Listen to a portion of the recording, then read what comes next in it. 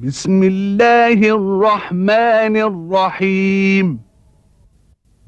كتاب أنزلناه إليك مبارك ليدبروا آياته وليتذكر أولو الألباب. صدق الله العظيم.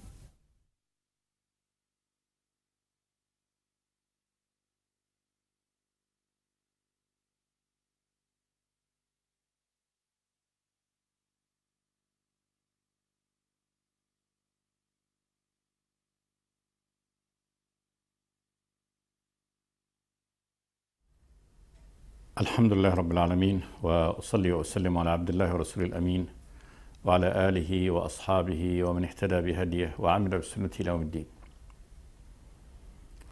وبعد، أيها الإخوة الكرام، يقول الله تبارك وتعالى: بسم الله الرحمن الرحيم. ألف لام ميم.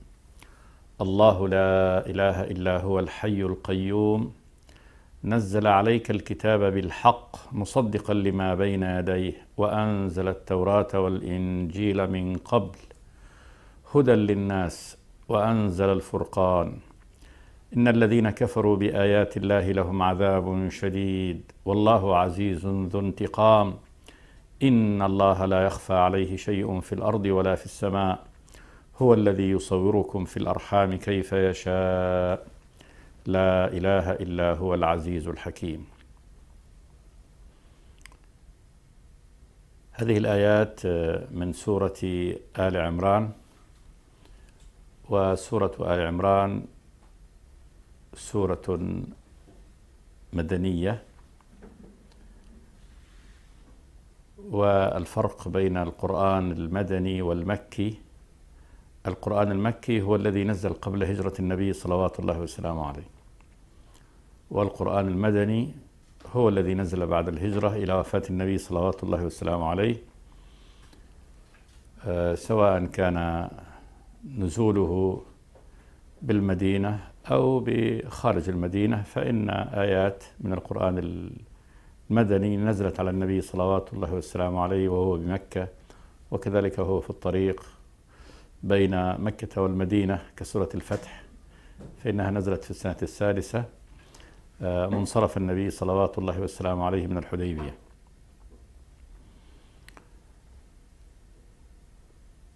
إذا ذكرت البقرة ذكرت آل عمران، فإنهما إحدى السبع الطوال، وقد جاء في فضلهما قول النبي صلوات الله وسلامه عليه: البقرة وآل عمران تأتيان يوم القيامة كأنهما فرقان من طير صواف تظلان صاحبهما. إذا كانت البقرة يمكن أن يكون عنوانها حقيقة دين الإسلام والدعوة إليه، فإن آل عمران موضوعها هو البرهان على أن دين الإسلام حق. فإن الله تبارك وتعالى في هذه السورة ساق البراهين على أن هذا الإسلام الذي بعث به النبي صلوات الله وسلامه عليه حق، ودحض كل الشبهات التي توجهت للإسلام، على الخصوص شبهات النصارى، وذلك أنهم أهل الدين الأخير، الدين السماوي الأخير، ليس بين النبي محمد صلوات الله وسلامه عليه وبين عيسى نبي. وشبهات النصارى حول الإسلام كثيرة دحضها الله تبارك وتعالى، وبين الله تبارك وتعالى في هذه السورة من البراهين: أولا البراهين براهين آياته المنزلة، ثم البراهين الكونية التي بثها الله تبارك وتعالى في هذا الكون: إن في خلق السماوات والأرض واختلاف الليل والنهار لآيات لأولي الألباب. ثم صنيع الله تبارك وتعالى بأهل طاعته من نصرهم وعزهم، وخرق العادة لهم، فقد كانت غزوة بدر فرقان فرق الله تبارك وتعالى به بين الحق والباطل. وقد جاء في مطلع السورة: قد كان لكم آية في فئتين التقتا، فئة تقاتل في سبيل الله وأخرى كافرة يرونهم مثليهم رأي العين والله يؤيد بنصره من يشاء إن في ذلك لعبرة لأولي الأبصار. ثم أجاب الله تبارك وتعالى عن كل الشبهات، من هذه الشبهات شبهة كيف يكون هذا الدين حق ويقع للنبي صلوات الله وسلامه عليه والمسلمين هزيمة وتعلو كلمة الكفر عليهم أحيانا. ولذلك استغرق حديث الله تبارك وتعالى عن غزوة أحد معظم هذه السورة، وقد بين الله تبارك وتعالى فيها من العبر والدروس الأمر العظيم، حتى لا يكون هذه الهزيمة الجزئية من أعظم المنح الإلهية لأهل الإسلام، تربية لهم واستقامة لهم وتنقية لصفوفهم عن صف المنافقين، وإعطائهم درس عظيم في الصبر والتوكل على الله تبارك وتعالى والرغبة إليه.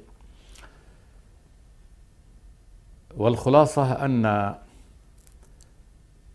سورة آل عمران هي سورة البرهان على أن دين الإسلام حق. استفتح الله تبارك وتعالى هذه السورة بحروف 3 حروف مقطعة: ألف لام ميم. وقد مضى تفصيل معاني هذه الحروف وأقوال أهل العلم مفسرين فيها في بدء سورة البقرة. والخلاصة أن هذه الحروف المقطعة هي حروف يتكون منها الكلمات، هي أساس لغة العرب. وقد تحدى الله تبارك وتعالى بهذا القرآن العرب أن يأتوا بمثله، فليؤلفوا من هذه الحروف قرآنا كهذا القرآن الذي يتلى. هذا أفضل ما قاله أهل التأويل في معاني هذه الحروف. وكثير من المفسرين ذهب إلى أن هذا من القرآن الذي استأثر الله تبارك وتعالى بعلمه. ألف لام ميم، الله أعلم بمراده من هذه الحروف. الله لا إله إلا هو الحي القيوم. الله علم على ذات الرب تبارك وتعالى، اسم الله الأعظم، وهو مشتق وليس جامد، مشتق من أله يأله إلهة، فهو الإله سبحانه وتعالى، الإله الحق الذي لا إله إلا هو سبحانه وتعالى. الله لا إله إلا هو، لا إله إلا هو على الحقيقة، وليس على الوجود الكاذب، فإن الآلهة التي اتخذها البشر كثيرة، ولكنها كلها كذب وزور وبهتان، ليست آلهة في حقيقتها، لأن الإله الحق لا بد أن يكون خالقا رازقا مالكا لعبده متصرفا فيه منعما عليه يملك ضره ونفعه. وليس هناك في الوجود من هذه صفته إلا الله رب السماوات والأرض. فرب السماوات والأرض الذي خلق هذه السماوات والأرض وخلق الوجود، وهو رب العالمين، كل العالمين، الملائكة والجن والإنس وكل العوالم، هو الذي أنشأها من العدم، وهو الذي يصرفها سبحانه وتعالى، وهو الذي يملكها على الحقيقة، فهو رب الجميع سبحانه وتعالى. إذن لا رب للمخلوقات إلا هو سبحانه وتعالى، وليس هناك خالق غيره ولا رب غيره سبحانه وتعالى. إذن هو الإله وحده، هو الذي يستحق الألوهة وحده، بمعنى هو المعبود الذي يجب أن يعبد وحده، فكل ما عبد من دونه إذن من شيء فباطل. أسماء سموها آلهة، أطلقوا على الشمس الإلهة، وأطلقوا على أحجارهم وأوثانهم آلهة، وأطلقوا على معبوداتهم من الجن آلهة. والحال أن كل هؤلاء الذين عبدوا من دون الله ليسوا آلهة على الحقيقة، وإنما هم عباد لله تبارك وتعالى وعبيد، أو أنهم أحجار لا تنفع نفسها فضلا عن أن تنفع غيره. فالله سبحانه وتعالى لا إله إلا هو، لا إله إلا هو على الحقيقة. الحي القيوم صفته سبحانه وتعالى. الحي والحياة ضد الموت، فهو الحي الذي لا يموت سبحانه وتعالى، وتوكل على الحي الذي لا يموت. حي حياة من ذاته سبحانه وتعالى، لا يحيا بغيره، كما الشأن في كل الأحياء غير الله، فإنهم يحيون بطعام وشراب ومقومات لا بد أن توجد ليقوموا. أما الرب الإله سبحانه وتعالى فإنه حي بذاته سبحانه وتعالى، لا يحتاج إلى غيره، فهو يطعم ولا يطعم سبحانه وتعالى. القيوم قائم بنفسه سبحانه وتعالى بغير شيء يقيمه، ثم أنه مقيم لغيره سبحانه وتعالى. فما من شيء في هذا الكون في الوجود إلا والله يقيمه، السماوات والأرض، الملائكة، الجن، الإنس، العرش، الكرسي، فعرشه وكرسيه وسماواته وأرضه وملائكته وإنسه وجنه كلهم لا يقومون إلا به سبحانه وتعالى. لا قيام لمخلوق إلا بإقامة الخالق، بأنه أقامه، أبرزه من العدم، رزقه، من عليه بكل نعمة هو فيها، بقاؤه مرهون بإرادة خالقه سبحانه وتعالى. إن الله يمسك السماوات والأرض أن تزولا ولئن زالتا إن أمسكهما من أحد من بعده إنه كان حليما غفورا. الله لا إله إلا هو الحي القيوم، نزل عليك الكتاب بالحق مصدقا لما بين يديه، وأنزل التوراة والإنجيل من قبل هدى للناس، وأنزل الفرقان. نزل عليك الكتاب بالحق، هذا إخبار منه سبحانه وتعالى بأن الله الذي هو الموصوف بأنه الذي لا إله إلا هو الحي القيوم هو الذي نزل على عبده محمد صلى الله عليه وسلم الكتاب، وهو القرآن. هو كتاب لأنه أولا مكتوب في السماء، ثم أنزله الله تبارك وتعالى قرآنا وكتب في الأرض. نزل عليك الكتاب القرآن بالحق. بالحق نزوله حق، فإن نزول القرآن من الله تبارك وتعالى حق، وهذا لهداية الناس، لأنه نزل لمعاني عظيمة جدا، منها أنه نور وبرهان من الله تبارك وتعالى وبصيرة لأهل الأرض جميعا، وحجة منه سبحانه وتعالى على عباده. هذا بصائر من ربكم وهدى وموعظة للمتقين. فنزوله حق لهذه الغايات العظيمة التي من أجلها نزل. ثم هو نازل بالحق، فمضمونه محتواه كله حق، ليس فيه شيء من الزور والبهتان والإفك، ولا من الضلال ولا من الزيغ، بل كل ما نزل فيه إنما هو حق. إخباره عن الله تبارك وتعالى وملائكته وغيبه سبحانه وتعالى وما شرعه الله تبارك وتعالى لعباده، كل ما تضمنه القرآن حق. وتمت كلمة ربك صدقا وعدلا، صدقا في الأخبار وعدلا في الأحكام. نزل عليك الكتاب بالحق مصدقا لما بين يديه. جاء القرآن يصدق ما بين يديه من الكتب، فالأخبار الصادقة الموجودة في الكتب التي سبقت القرآن، التوراة والإنجيل، جاء القرآن يصدقها. من ذلك أن إله العالمين إله واحد سبحانه وتعالى، وأنه خلقهم لعبادته، أن بدء خلق الإنسان إنما كان في السماء، اللي هو آدم عليه السلام، ومنه لما حصلت الخطيئة أنزله الله تبارك وتعالى إلى الأرض، وكان من شأنه ما كان ومن شأن إبليس. كل هذه الأخبار التي جاءت في الكتب السابقة جاء القرآن ليصدقها. فأمور الغيب وإرسال الرسل هذا جاء القرآن مصدقا لما بين يديه، يصدق هذه الكتب فيما دعت إليه وما تضمنته من توحيد الله وعبادته. وأنزل التوراة والإنجيل، أي أن الله تبارك وتعالى كذلك هو الله الذي لا إله إلا هو الحي القيوم، هو الذي أنزل التوراة والإنجيل. التوراة الكتاب الذي أنزله الله تبارك وتعالى على موسى، والإنجيل الكتاب الذي أنزله الله تبارك وتعالى على عبده ورسوله عيسى بن مريم عليه السلام.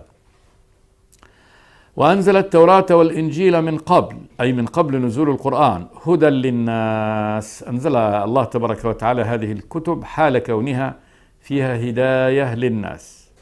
وأنزل الفرقان، وأنزل الفرقان الذي أنزله الله تبارك وتعالى هو الآيات المحكمات التي نزلت في هذه الكتب، هذا معنى. والفرقان اسم من أسماء القرآن. تبارك الذي نزل الفرقان على عبده ليكون للعالمين نذيرا. فالقرآن هو فرقان، وذلك أن الله فرق به بين الحق والباطل، بين الهدى والضلال، بين الشرك والتوحيد، بين صراط الله تبارك وتعالى وصراط الشيطان. فالقرآن فرقان. وكذلك ما يؤيد الله تبارك وتعالى به أهل الإيمان، يؤيد به الرسل من المعجزات، يظهر الله تبارك وتعالى به صدق رسله، وكذلك يظهر به كذب أعدائه. هذا فرقان. ولذلك كانت غزوة بدر فرقانا، سماها الله تبارك وتعالى فرقان، وذلك أنها فرقت بين الحق والباطل. فإن كان فيها آية من آيات الله تبارك وتعالى أن فيها قليلة خرجت إلى الحرب غير مستعدة لها، غير آخذة أهبة الحرب، تقابل فئة أخرى كافرة خرجت محادة لله ورسوله، مستعدة للحرب، فيها رجال متمرسون بالقتال. ثم إن الله تبارك وتعالى يؤيد هذه الفئة القليلة التي انتسبت إليه على هذه الفئة العظيمة التي تضادها. قد كان لكم آية في فئتين التقتا، فئة تقاتل في سبيل الله وأخرى كافرة يرونهم مثليهم رأي العين والله يؤيد بنصره من يشاء. واعلموا أنما غنمتم من شيء فأن لله خمسه وللرسول ولذي القربى واليتامى والمساكين وابن السبيل إن كنتم آمنتم بالله وما أنزلنا على عبدنا يوم الفرقان يوم التقى الجمعان. يوم الفرقان يوم بدر، يوم التقى الجمعان، والله على كل شيء قدير. فالله جعل يوم بدر فرقانا فرق به بين الحق والباطل، لأنه أظهر أن دعوة النبي حق، وأن قوله حق، وأنه سينتصر حق، وأضل الله تبارك وتعالى سعي الكافرين.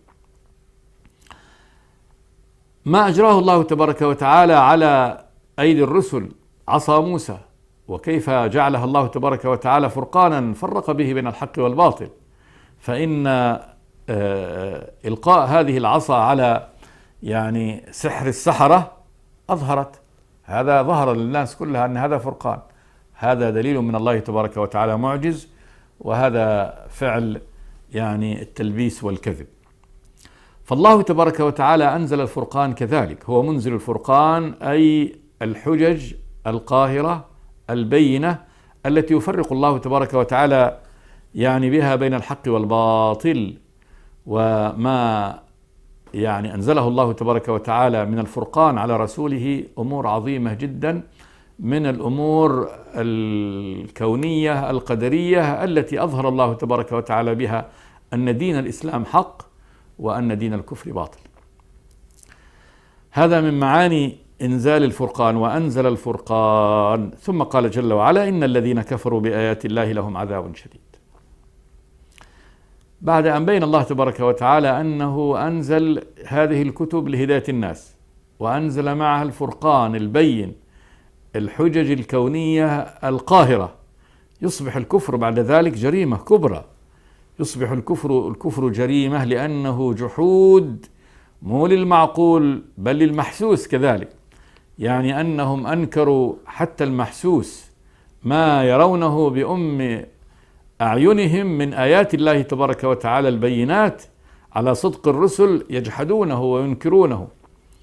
فهنا توعد الله تبارك وتعالى هؤلاء الكفار فقال: إن الذين كفروا بآيات الله لهم عذاب شديد والله عزيز ذو انتقام. إن الذين كفروا بآيات الله، آياته علاماته الدالة على أنه الإله الواحد الذي لا إله إلا هو، وعلى صدق ما جاءت به الرسل. وهذه الآيات نوعان. النوع الأول هو هذه الآيات المنزلة منه سبحانه وتعالى، ثم النوع الثاني هو البراهين التي يظهر الله تبارك وتعالى بها صدق رسله. إن الذين كفروا بآيات الله لهم عذاب شديد، وهذا العذاب هو النار عياذا بالله يوم القيامة. والله عزيز غالب لا يغلبه أحد. فلو كان هؤلاء الكفار ما كانوا عددا وقوة وكثرة فإنهم لا يغلبون الله عز وجل، وذلك أن الله هو العزيز، يعني الغالب الذي لا يغلبه أحد. والعزة هي الغلبة في لغة العرب، كما تقول العرب: من عز بز، يعني يعنون من غلب استلب. ذو انتقام، صاحب انتقام سبحانه وتعالى من أعدائه. فأعداء الله تبارك وتعالى والكافرون به ينتقم الله تبارك وتعالى منه، وذلك بإنزال عقوبته فيهم سبحانه وتعالى.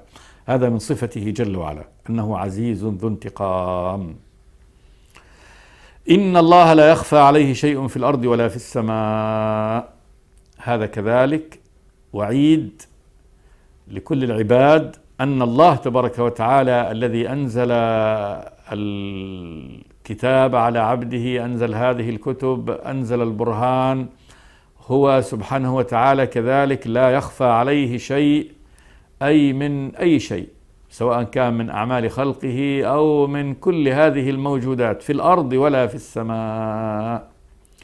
بل الله تبارك وتعالى حاضر شاهد على كل شيء، مطلع على كل شيء، ولحظة بلحظة لا يغيب عنه شيء سبحانه وتعالى. ليس ثم شيء من الخلق يغيب عن الله تبارك وتعالى. وما يعزب عن ربك من مثقال ذرة في الأرض ولا في السماء، ولا أصغر من ذلك ولا أكبر إلا في كتاب مبين. يعزب يعني يغيب ويغرب. فالله تبارك وتعالى لا، كل شيء عنده شهادة، كل شيء من هذه الموجودات عند الله تبارك وتعالى شهادة، ليس عليه غيب ولا ذرة واحدة تغيب عنه سبحانه وتعالى، عن سمعه وبصره وعلمه سبحانه وتعالى. ثم كذلك من صفته جل وعلا قال: هو الذي يصوركم في الأرحام كيف يشاء لا إله إلا هو العزيز الحكيم. هو الله سبحانه وتعالى الذي يصوركم في الأرحام. الخلق كله لله، والخلق بمعنيين: بمعنى الإخراج من العدم إلى الوجود، وكذلك إعطاء كل مخلوق صفته صورته. فالإنسان الذي هو أشرف هذه المخلوقات على الأرض، الله تبارك وتعالى هو الذي يبرزه من العدم، وهو الذي يصوره سبحانه وتعالى في رحم أمه. الأرحام جمع رحم، والرحم هو هذا العضو الذي هو منبت الولد، وسميت بالرحم الله هو الذي سماها، اشتق لهذا العضو اسم من اسمه الرحمن سبحانه وتعالى. قال: أنا الرحمن خلقت الرحم وشققت لها اسما من اسمي، فمن وصلها وصلته ومن قطعها قطعته. هو الذي يصوركم في الأرحام، في هذا العضو الذي هو منبت الولد، هو الذي يعطي كل مخلوق كل إنسان ذكرا كان أو أنثى صورته سبحانه وتعالى. وهذا من كمال قدرته سبحانه وتعالى. فإن الملايين من هذه الأرحام تكون في وقت واحد، والله تبارك وتعالى يعطي كل إنسان صورته، ولا يوجد تطابق كامل في صورة عن صورة، بل يعطي الله تبارك وتعالى. انظر هذا الخلق وهذه البشر، يعيش الآن على الأرض أكثر من 6 مليارات إنسان، وكل لا يمكن أن تجد 2 قد تطابقا تطابقا كامل في الصورة. وهذا العمل والخلق مستمر أبدا، والله تبارك وتعالى لا يعجزه أن يخلق كل مخلوق على صورة جديدة غير صورة المخلوق الآخر، بل إن هذا الأمر يتعدى إلى أدق الصفات، إلى داخل الخلية الواحدة، الجزيء الصغير من كل مخلوق.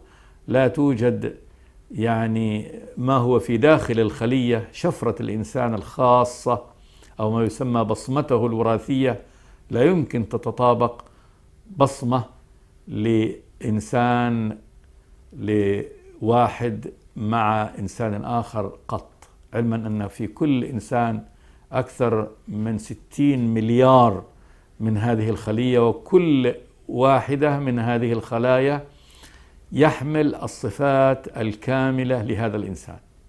فتعالى الله تبارك وتعالى الرب الإله العظيم الخالق لكل شيء، الذي لا إحاطة بعلمه، فهذا أمر فوق التصور، أمر فوق تصور البشر أن يتصوروا قدرة الله تبارك وتعالى وسعة علمه سبحانه وتعالى وسعة قدرته. هو الذي يصوركم في الأرحام كيف يشاء، لا يعاونه أحد ولا يقترح عليه أحد ولا يتدخل معه أحد، بل الله تبارك وتعالى، ولا يوكل هذا الأمر إلى أحد، بل هو الذي يفعل ذلك سبحانه وتعالى بنفسه جل وعلا. هو الذي يصوركم في الأرحام كيف يشاء، لا إله إلا هو، مرة ثانية، لا إله إلا هو العزيز الحكيم، لا إله على الحقيقة إلا هو. أما الآلهة الأخرى غيره فباطلة، تسمى آلهة وهي ليست آلهة، لا يمكن أن تكون آلهة، لأن الإله هو هذا الذي يفعل هذا، الذي يصور خلقه في الأرحام كيف يشاء، هذا الذي يستحق أن يكون إلها سبحانه وتعالى. لا إله إلا هو العزيز الغالب الذي لا يغلبه أحد، الحكيم الذي يضع كل أمر في نصابه سبحانه وتعالى. فكل أمر إنما هو موضوع في نصابه تماما، لأن علمه العلم الكامل قد أحاط بكل شيء علمه، ويضع كل أمر في نصابه، الهدى والضلال، الغنى والفقر، الصحة والمرض، كل أمر إنما يضع الله تبارك وتعالى في نصابه، ولا يفعل إلا لحكمة سبحانه وتعالى، فأفعاله كلها حكيمة في مكانها الصحيح سبحانه وتعالى. هو الله سبحانه وتعالى الذي أنزل عليك الكتاب، منه آيات محكمات هن أم الكتاب وأخرى متشابهات، فأما الذين في قلوبهم زيغ فيتبعون ما تشابه منه ابتغاء الفتنة وابتغاء تأويله وما يعلم تأويله إلا الله والراسخون في العلم يقولون آمنا به كل من عند ربنا وما يذكر إلا أولو الألباب. نقف عند هذه الآية ونأتي إلى شرحها في الحلقة الآتية إن شاء الله. أقول قولي هذا وأستغفر الله لي ولكم من كل ذنب، صلى الله وسلم على عبده ورسوله محمد. بسم الله الرحمن الرحيم. كتاب أنزلناه إليك مبارك ليدبروا آياته وليتذكر أولو الألباب. صدق الله العظيم.